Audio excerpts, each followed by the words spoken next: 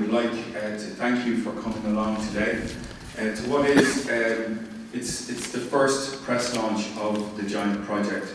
The Giant Project is the biggest cultural and structural artistic project that this century has seen so far. It's an ambitious project. It's going to use up an awful lot of energy, both creative energy, physical energy. It will use up a lot of money, but we do think that it's going to be absolutely fantastic. This is the first press launch that we've done with this project. So it's a bit of an exclusive. If I could give you just a brief history before we show the video. What I'm going to do is show the video and then introduce you to some of my team. Eric Frad, who's head of development and identifying the sites around the world. We're going to select 20 cities around the world for this project to locate the Giant in. So I've also got the head of Dan Perlman, Kieran Stanley, who's our head designer, who's coordinating this amazing, amazing design. It's full of new technology. It's full of special, intriguing elements that will awaken the Giant in you. So, very briefly, this concept was conceived really from the book Gulliver's Travels, written by Jonathan Swift. I live in the middle of Ireland, and he wrote the book right beside me in an area called Lilliput. I don't know whether anybody remembers the book, but the Lilliputians. That's where he got the idea. So that sparked the concept of building a giant, which has been done before. But what we've done in the last 3 years of design is absolutely amazing. We've transformed a giant into a 10-story tall statue, which will be able to transform itself into any other person or any other giant, which we'll show you on the video. We have a theme running through this, which is Awaken the Giant in You. It's fun, it's educational, it's awesome, it's intriguing, and I think maybe what we'll do is just start the video and let the video speak for itself. I hope you like it. So Eric, if you could come up and press some buttons, and we'll get this going now momentarily.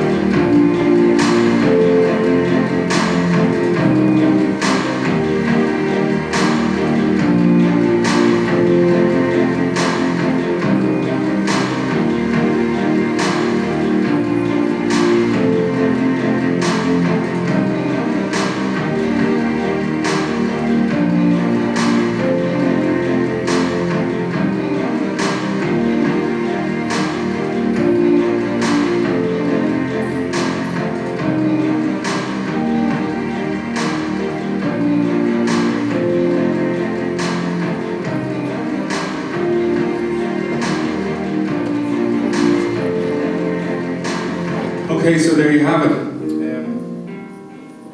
hope you like that.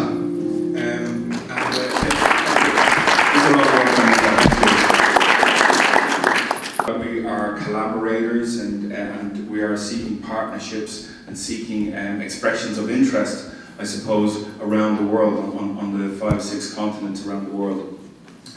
We hope to put them into major cities, into urban areas. We hope that each individual giant will celebrate the great and the good of that particular country, of that particular city.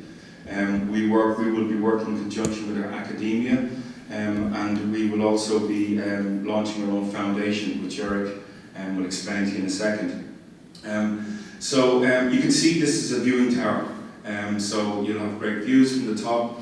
You can see that there's a 1-hour celebration of the great and the good at the plinth, in the plinth, which we've devised amazing high-tech, low-tech and medium technology structures inside it. We play around a lot with size, and we'll go into that in a second. Yeah, I mean, the thing about it, when you go into this giant, every single person will be scanned. So that person will then become the giant. It will awaken the giant in you. This hasn't been done anywhere. This is unique. Nobody has done this before ever on this planet to this size. So that's the main thing. So not only can we celebrate heroes, if it's in New York and it's Lincoln Day or Independence Day, we can celebrate the heroes, the great and the good of that city. The other thing you saw that it can really enhance your festival periods, like your Independence Day, as I said, your New Year's Eve, your Halloween. This thing can turn into Santa Claus, at Christmas. You saw that it could be a curation for Arts Week. It could be the backdrop to a Fashion Week show. It could be the backdrop to a festival. So. It's a limitless project that has limitless expectations, and what I'd like to do now is basically just briefly introduce you to some of our team who have a few words to will further explain the concept. So Eric, can I just introduce Eric? Eric Fradd is an amazing man. He first brought Tom Jones, the artist, to my house. In Ireland we spent a week recording in my house. He has a massive background. He's done over 100 productions, opera productions. He's got degrees in American business in, I think, Columbia. We brought him on as head of development and identifying cities around the world. So please put your hands together for Mr. Eric Fradd.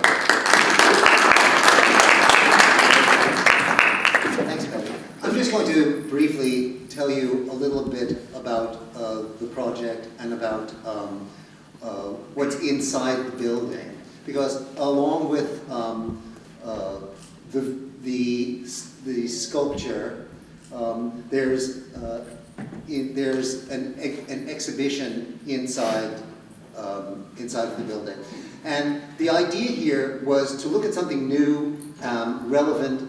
We looked at things that what's happening in culture, what's happening in society, what's happening in business. We've come up with the giant. inside the building, we look at giants in 3 different ways. Firstly, there's giants from legend and mythology. And what is the giant? When you look at the giant, you look at stories like David and Goliath, Odysseus and Polyphemus, even the mouse and the gruffalo, Jack and the beanstalk. And in all these stories, the real giant is actually the person who slays the giant. Because the giant represents the superlative forces of nature. It is nature itself. And man, in his quest to overcome nature, becomes a giant through cunning, creativity, and intelligence. And so the first part, we look at the world of giants. And then you go through a vortex. And for example, in Germany, if we were to do it, you meet Albert Einstein when you come off through the vortex. And Einstein says, you don't have to be tall and big to be a giant. A giant can be any size. And in fact, through this magnificent exhibition, you're taken on a journey where you're introduced to the giants of that city. And it's important. Another thing is if it's in 20 cities, each city it's in, the exhibition will be completely different. It will be bespoke and custom made for that city. So the heroes, the giants of the arts, science, invention, and all these different disciplines will be represented there in a highly creative, fun, and as Patty said, educational way. But it will be a viciously rich visual environment. And I've directed lots of operas and shows, and the one thing I'm really, really cautious of is that nobody ever gets bored, even with the attention span that we have today, hitting our phones every 2 seconds and stuff like this. This is going to grab people's attention, and you're going to be able to go as deep as you want or as shallow as you want. If you want to walk through it, you walk through it. So, for example, you go through and you'll see the inventors, and everything is oversized. So it's this sort of forest of phenomenal cultural events. And then you go through a section which is creativity and talent testing. Because, as Patty said, the key here is awaken the giant in you. It's about, firstly, giants of mythology. Secondly, about using the metaphor that a giant can be any great person. And finally, that every single person has a tremendous amount of human potential. And allied with that, we've created a charitable foundation. And that foundation will give some of the funds that are made through sponsorship, ticket prices, it will give it back to the foundation. And the foundation will focus on the children and young people of that area and trying to build their potential in the greatest possible way. The other thing is after you've gone through all the different parts of the exhibition, you go to the final part and you join the giant movement. And the giant, you write your name, and the giant gets back to you. And through a massive website, a web portal, people will be able to communicate with the giant. The giant can give advice. The giant can educate. The giant is a force for good, and that's really at the core of what this is all about. The other thing I'd like to say is that we are completely committed to doing everything at a very, very high level. Whether it's the gastronomy, whether it's the retail, whether it's any aspect of this, it's going to be designed and it's going to be very, very beautiful and unique. Thanks for listening to me. Thank you very much, Eric. So last but definitely not least, the task in hand when I first met Dan Perlman, this great company, we researched and we found out this great company was run by Kieran, and they're a contemporary company, a forward-thinking company with amazing imagination. So we gave them the challenge of building something gigantic, building something magnificent, building something unique, intriguing. We gave them all these big, massive, colourful and big words to describe what we wanted to do. So with that task in hand, we think that they've done a fantastic job, and I'd just like to welcome up Kieran Stanley, our head of design from Dan Perlman.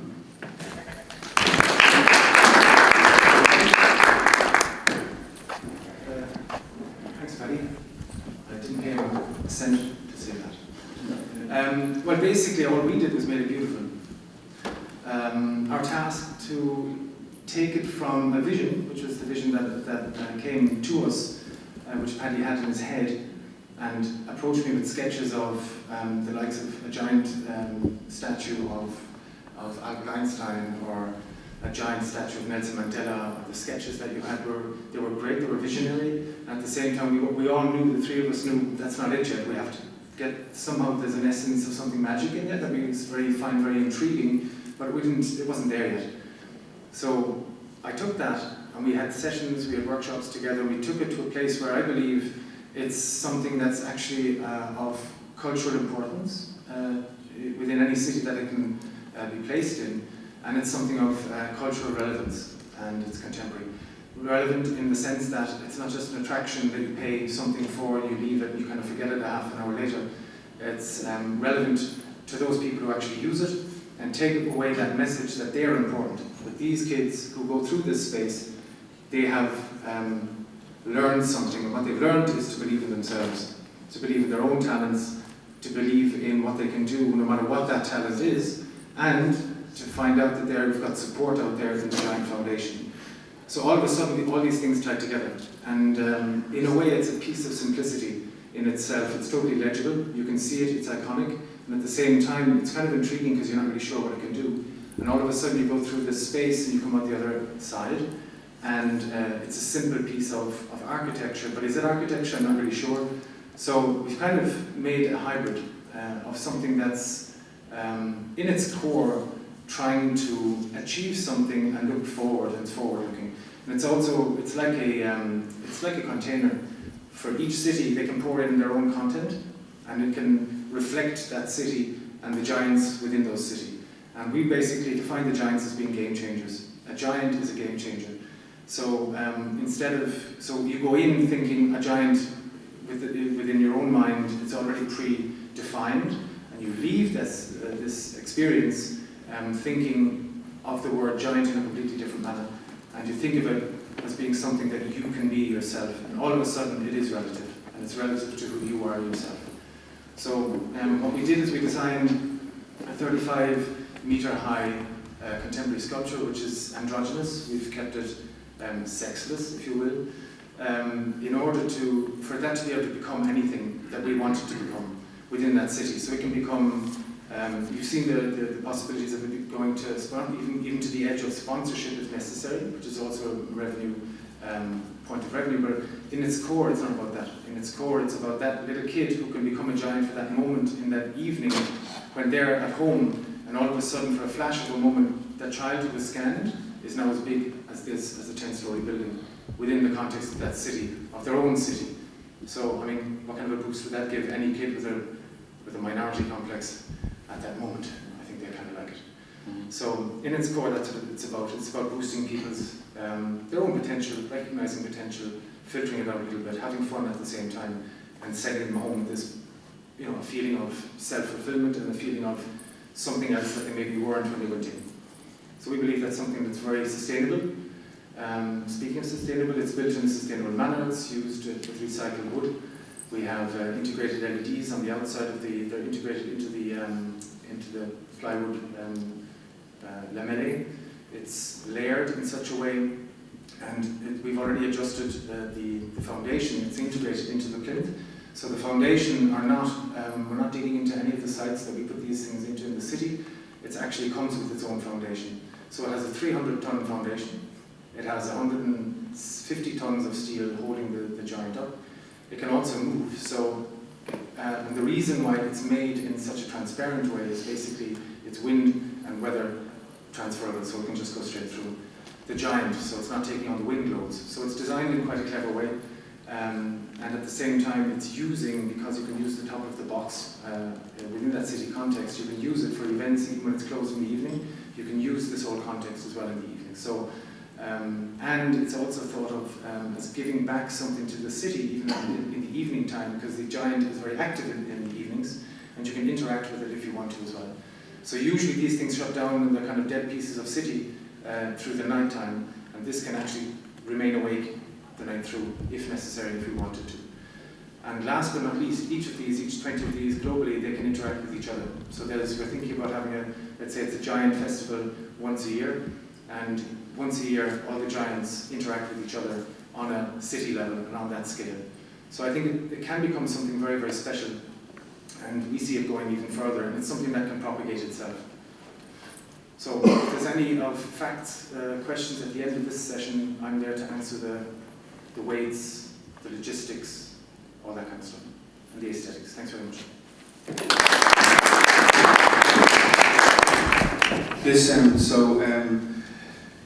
Just one last thing we forgot to say was actually this giant can talk. It has an audio system, so you can imagine, we can video a person giving a speech, and that giant can then turn into that person and give that speech. So the uses are I hope you understand are limitless. The guys in Berlin have called the giant Googie, the good giant. They've used the first two letters from good and giant, and now they're calling them Googie. So we reckon each giant will become a name, will have an attitude, will have a particular character. We basically are now open to any questions from the floor if you want.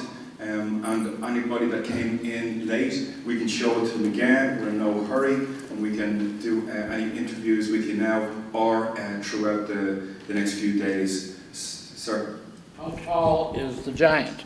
The minimum size that we is 34 meters. It's a 10-story giant. Now we can move that way up, especially when we've had discussions in America. Guys have said, hey, can you build this bigger? Yes, we can. Yes? How many cities have you already picked out? We picked out 4. We picked out 4 cities, and we're in discussion with some other people about their cities and collaborating with them. We're up for collaborating with people on the ground, so that this could be owned and financed on a 50-50 basis. We can finance it ourselves on a 100% basis, but we'd rather work with people from the city that are probably in the business of tourism. We're going to be dealing with each Lord Mayor of each city. We'll talk to the planners of each city, and we will talk to the business community of each city. So, because we're not trying to implant a statue which celebrates the great and the good of their country and their city. We want to do that with the city. We want to do that with the people in the country. So it is a collaboration. This is a partnership.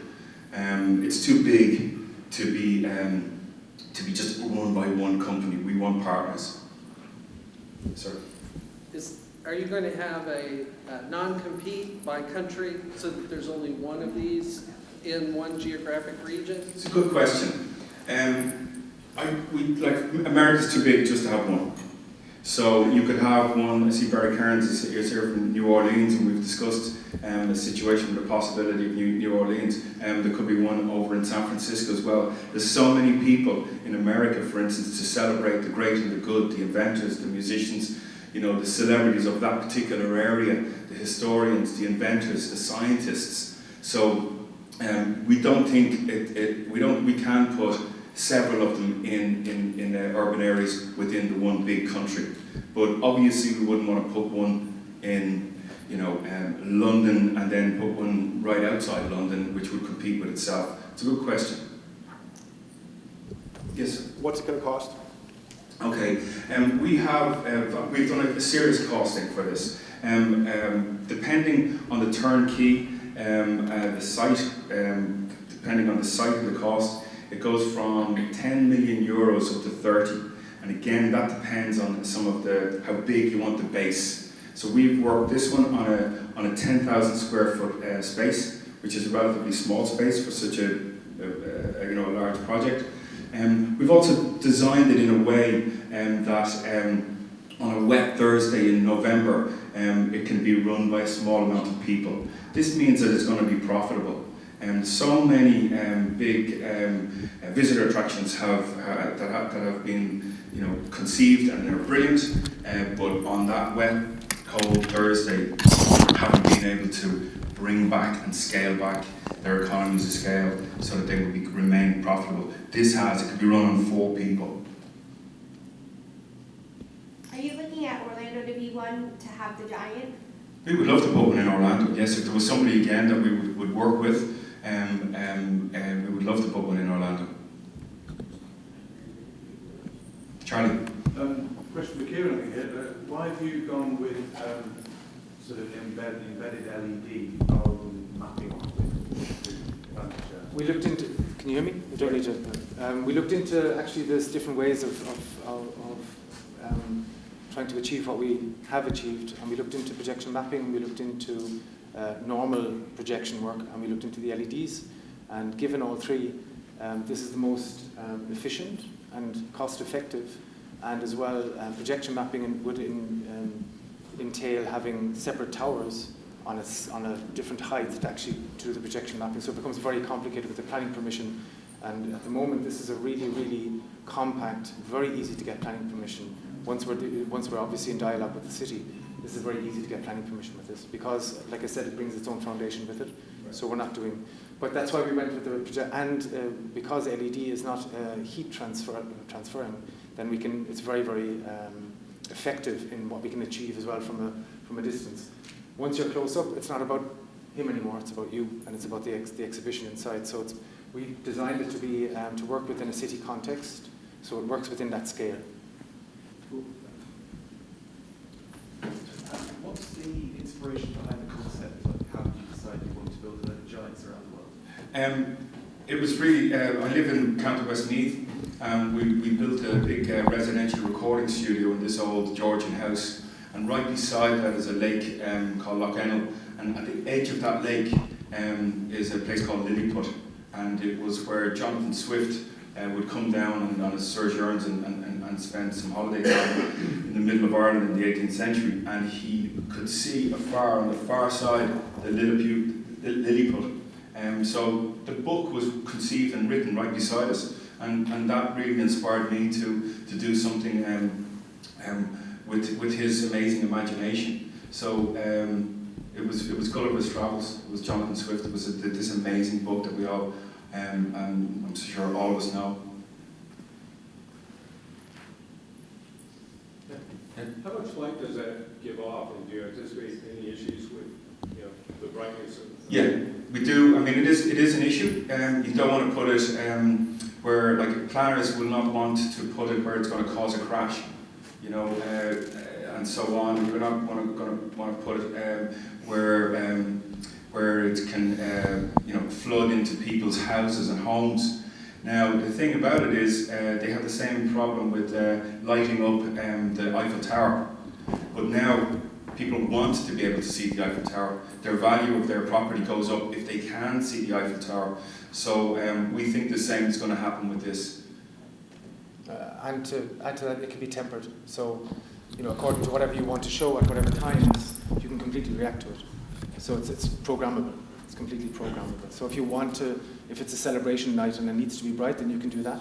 Or if it's something that just pops up every hour and it needs to be of a certain lux, and amplitude, then you can do that. So you can completely react to certain parameters that are given.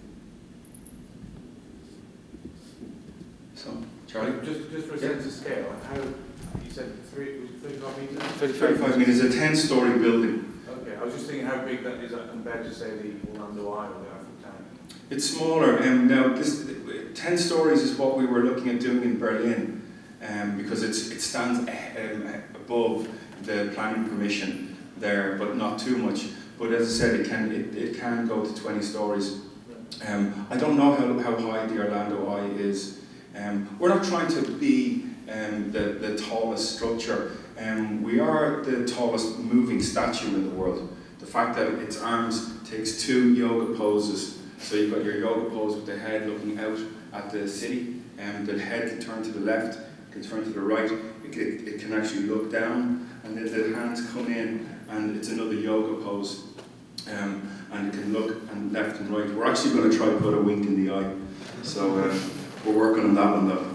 Another thing I want to say as well, I forgot to say it earlier, is that it's conceived to react to its context. So let's say if we want to place the giant in a city that doesn't want to build something this big, it has, let's say, a 20-meter,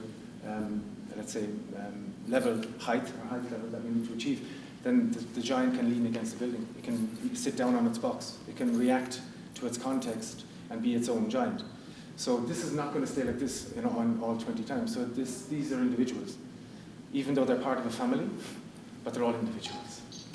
So that's about the context. So within it can react to what it's close to, what it's right beside.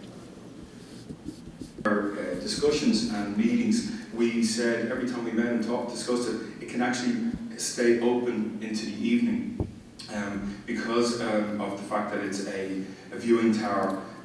So with that, you can nearly double that amount. So on a daily basis, if it's closed at 5 or 6 o'clock, that's the amount, 3,500 to 4,000 people. But literally, you could open it until 12 o'clock if there's such a demand, and again, double your turnover there. The interesting thing, as I said as well, is your entry fee is about $15, 15 euros. It's a minimal amount of money, but you can pay another $10 or 10 euros to get your image onto the giant.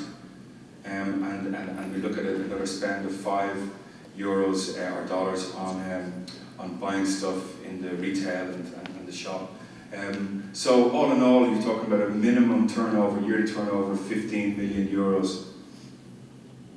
And that's without any income from the shop, the food, or the advertising. And as I said, there is a website which, when you get home, after you've signed up for this giant movement, the giant will contact with you and discuss nutrition, discuss sport with you, and kind of inform you about all that he knows. And there will be a commerciality side to that, as well as giving away scholarships. Can you tell us what 4 cities you have spoken to about the giant? Say again? Can you tell us what 4 cities you have spoken to about the giant? Yeah, we've been in Berlin. We've had serious meetings with Berlin on various different social levels, politicians, business people, and we've discussed it with Visit Berlin. We had a 5-hour meeting with Visit Berlin. So they want the giant. We have had preliminary discussions with other people about Amsterdam, some for Istanbul, Russia.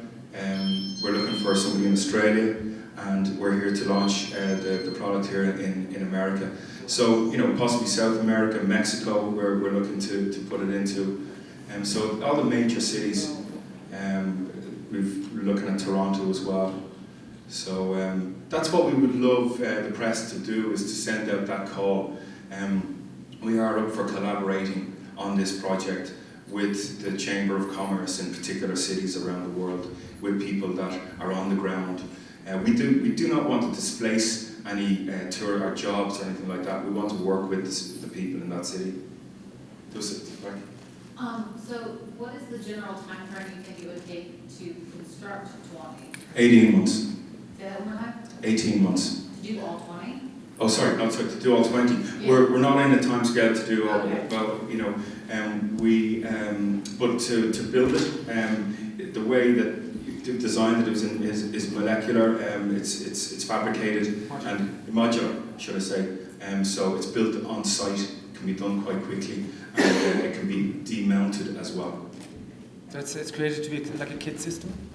So if you order your giant, it's already fabricated as a kit system in its core, and of course the skin, the outer, is always bespoke, but it can always be attached. Yeah, so I have a follow-up to that question then. So what about the base though? Is it concrete rebar? What's the... Concrete. It's basically a black box, and it's the plinth, that's why the ramp is on the outside, so it's about 80 centimeters of concrete, which is giving it its stability. It's completely stable because of the width and the breadth of that amount of concrete. So it's a permanent installation? Well, no. It can be completely detachable. So concrete is recycled. So you can completely dismantle it and move it on if it needs to go. Okay. You talk about collaboration. Do you guys have a model for collaboration as far as how that works? Or There's various options depending on the size. There's various options, but in terms of ownership, we're up to sharing 50% of the ownership of that particular giant with the business people of that city. So whoever finances it would have 50%, you guys would have 50% for the intellectual property, and you Yeah. guys do construction management as well, or? Yeah. We can deliver a turnkey product. Self, sir. Any other questions? Okay, well, listen, we're going to show this again in all throughout the whole few days here. So if anybody wants to get in contact with us, thanks to John for setting up this. Thank you, John. And last but not least, thank you very much for coming along. Give yourself. Thank you.